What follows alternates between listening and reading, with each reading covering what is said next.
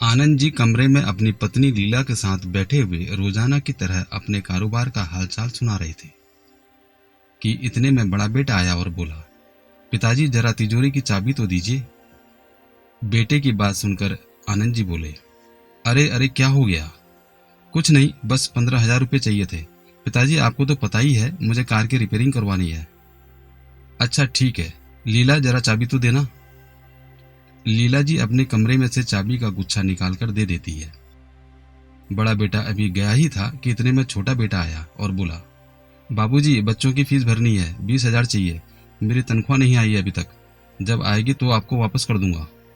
पिताजी सब जानते थे, सब समझते थे कि दोनों बेटे क्या कर रहे हैं, लेकिन फिर भी यही सोचकर चुप हो जाते थे कि क्या फर्क पड़ता है, हैं तो अपने ही बच्चे। वैसे तो आनंद जी तिजोरी की चाबी देने से कभी मना नहीं करते थे, लेकिन कभी कारण पूछ बैठे तो बच्चे कहते, क्या पिताजी आपको हम पर विश्वास नहीं है क्या? इस पर आनंद जी ठहाका लगाकर हंसते थे। लीला जी हमेशा उन्हें टोकती कि बच्चों पर सब कुछ मत लुटाओ, परंतु आनंद जी नहीं मानते। अरे भाग्यवान, तुम तो जानती ही हो मेरे बच्चे मेरी जान है। आनंद जी की ऐसी बातें सुनकर वो कई बार कहती भी, अपने बुढ़ापे के लिए भी कुछ रखो।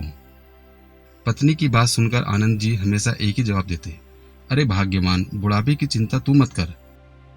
अपने दोनों बेटे बड़े होनहार हैं, बहुत प्यार करते हैं हमसे। जो संस्कार हमने अपने बच्चों को दिए हैं उनके रहते हमें कभी कोई दिक्कत नहीं आ सकती।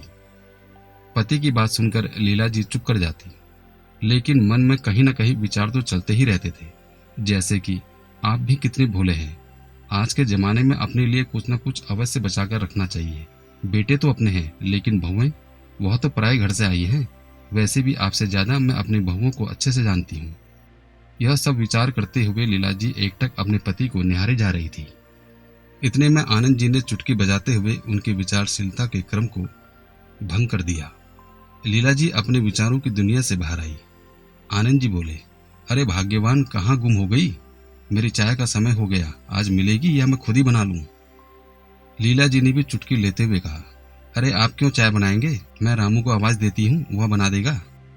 दरअसल लीला जी ने रसोई घर और घर के दूसरे कामों को करने के लिए एक रामू नाम का नौकर रखा हुआ था, ताकि बहुओं पर काम का बोझ न पड़े। फिर इस उम्र में खुद भी तो ज्यादा काम नहीं कर सकती थी। लीला जी बोली, अरे वैसे भी चाय बनाना आपको आता भी है क्या, जो खुद बनाएंगे?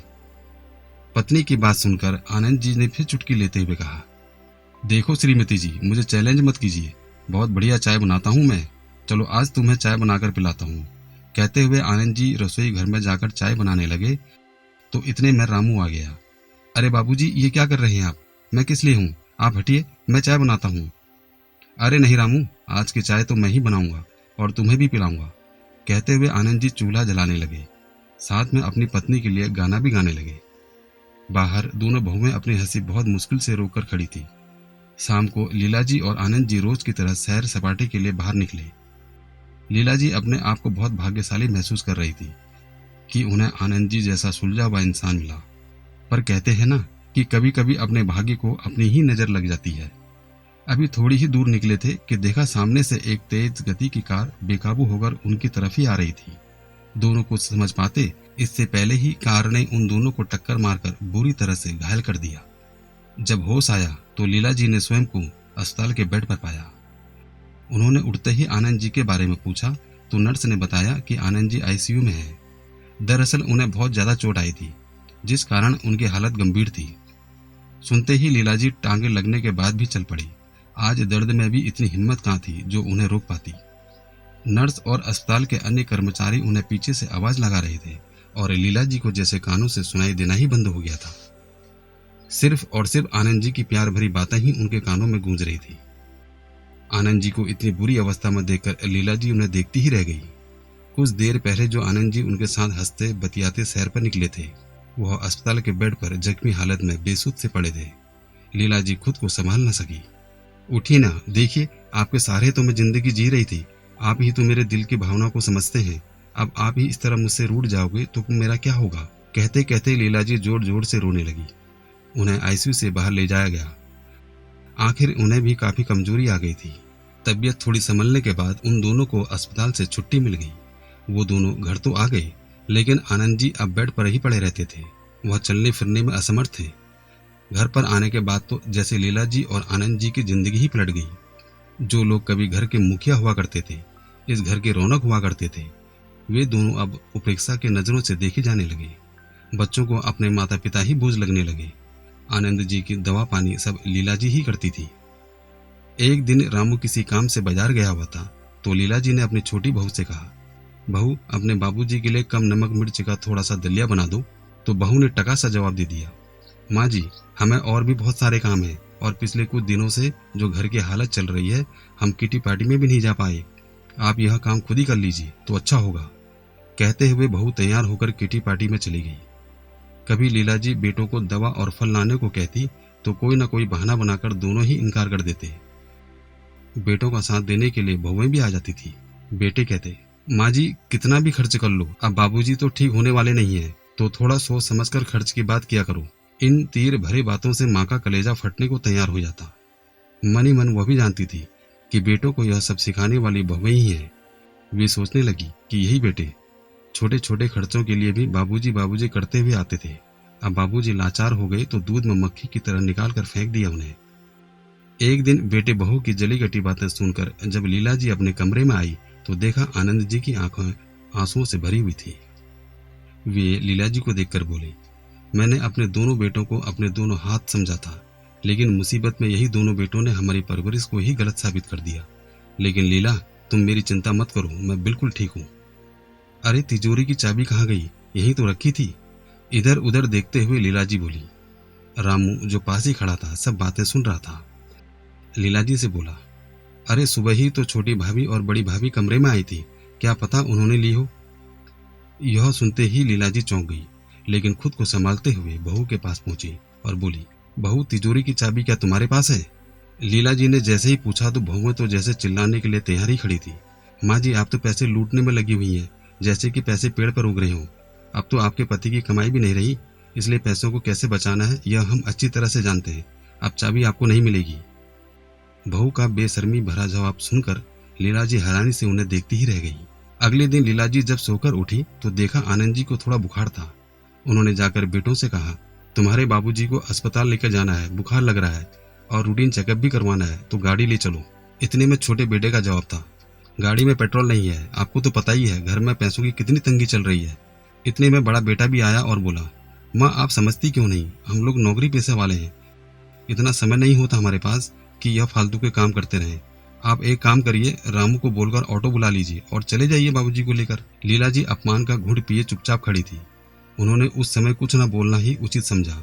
इतने में रामू ने आवाज लगाई, बड़ी माँ जी मैं ऑटो बुला कर ले आया हूँ। अस्पताल जाते हुए लीला जी ने रामू से कहा, पर रामू दवा और फल लाने के लिए मेरे पास तो पैसे भी नहीं बचे। माँ जी मेरी तनख्वाह में से कुछ बचे थे, वो मैंने अपने पास रख लिए हैं।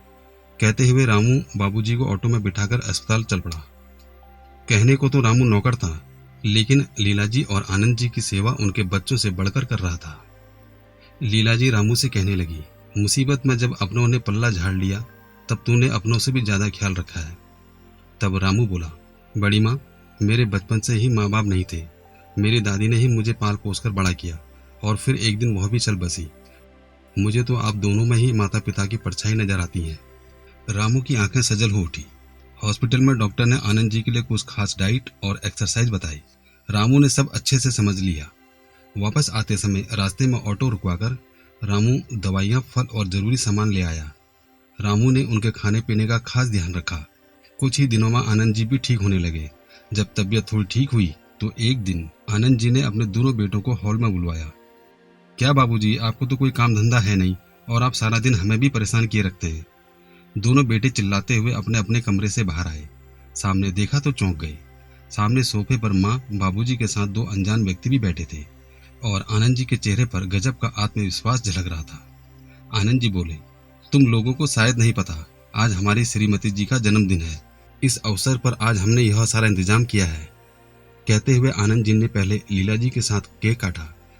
फिर केक काटने के बाद लीला जी को एक गिफ्ट पैक उठाकर देते हुए बोले, यह लीजिए श्रीमती जी, आपके लिए आपके पसंद की महंगी वाली सिल्क की साड़ी लाया हूँ। दोनों बहुओं के मुंह खुला का खुला रह गया। क्या हुआ, हैरान हो गए कि इस लाचार और निठल्ले बूढ़े के पास इतने पैसे कहाँ से आ गए। चलो आज आप लोगों को भी मैं एक सरप्राइज दे देता हूँ। कहते हुए आनंद जी ने अपने साथ खड़े दोनों व्यक्तियों का परिचय दिया।